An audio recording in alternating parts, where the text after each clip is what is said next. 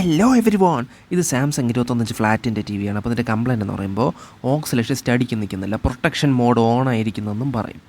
Protection mode എന്ന് പറയുമ്പോൾ ഈ ഓക്സിലേഷൻ ചെയ്തിട്ട് പെട്ടെന്നങ്ങ് ഓക്സിലേഷൻ കട്ടായി പോവുക.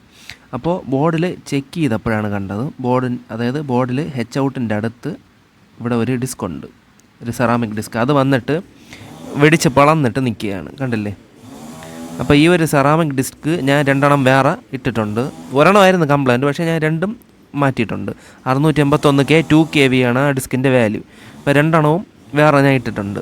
അപ്പോൾ ഈ ഡിസ്ക് ഇങ്ങനെ പ്രശ്നമായിരിക്കുമ്പോഴാണ് ഈ ഓക്സിലേഷൻ, അതായത് പ്രൊട്ടക്ഷൻ മോഡ് ഓൺ ആവും. അപ്പോൾ ഇങ്ങനെ ഓക്സിലേഷൻ വന്നിട്ട് ഓക്സിലേഷൻ കട്ടായി പോകും.